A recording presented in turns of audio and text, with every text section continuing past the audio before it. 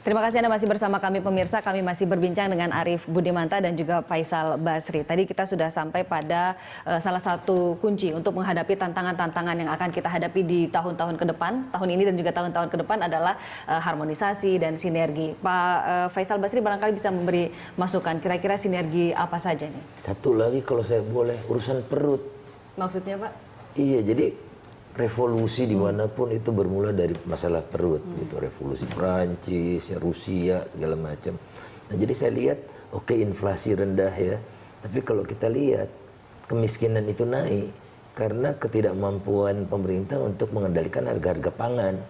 Jadi harga beras naik 13%, kemudian itu 32%. Total pengeluaran orang miskin dari beras. Kemudian gula,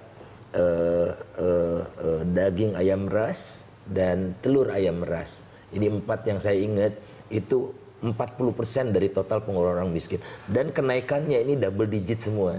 Padahal inflasi kita terakhir cuman 4, sekian, bahkan tahun ini cuma di bawah 3, bahkan di bawah 3. 3,8. Jadi yang dikonsumsi oleh orang-orang miskin ini luar biasa. Ada satu catatan, pengeluaran terbesar kedua rokok.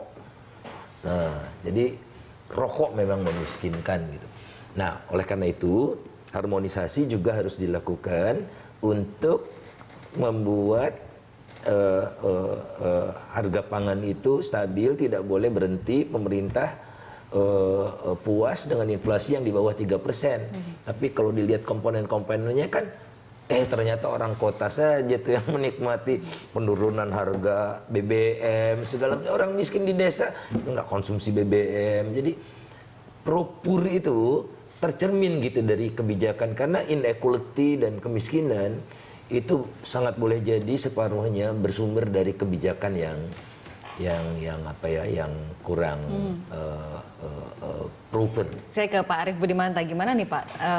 Orang miskin rasanya belum bisa menikmati nih, belum propur katanya. Ya, kalau kita lihat dari politik anggaran ya, dari waktu ke waktu secara sekuensial mengarah kepada propur ya. Kenapa kami mengatakan seperti itu? Satu, misalnya indikatornya adalah terkait misalnya dengan dana desa.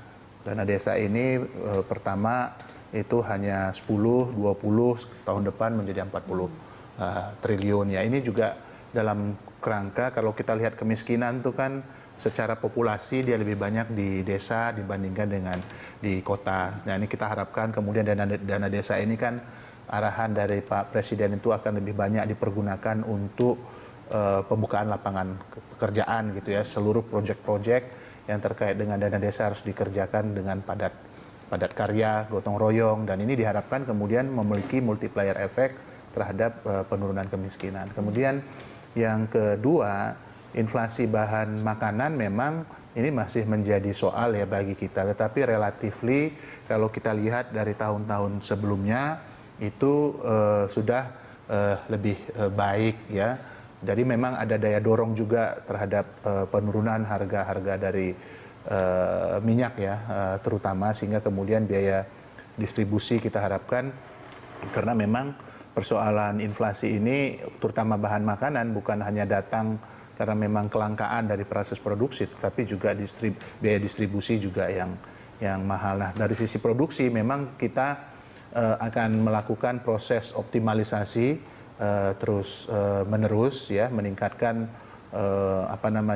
kuantitas daripada panen per hektar terhadap produksi padi, kemudian melakukan efisiensi terhadap pasca panennya. Begitu juga misalnya terkait dengan bahan-bahan makanan yang lain.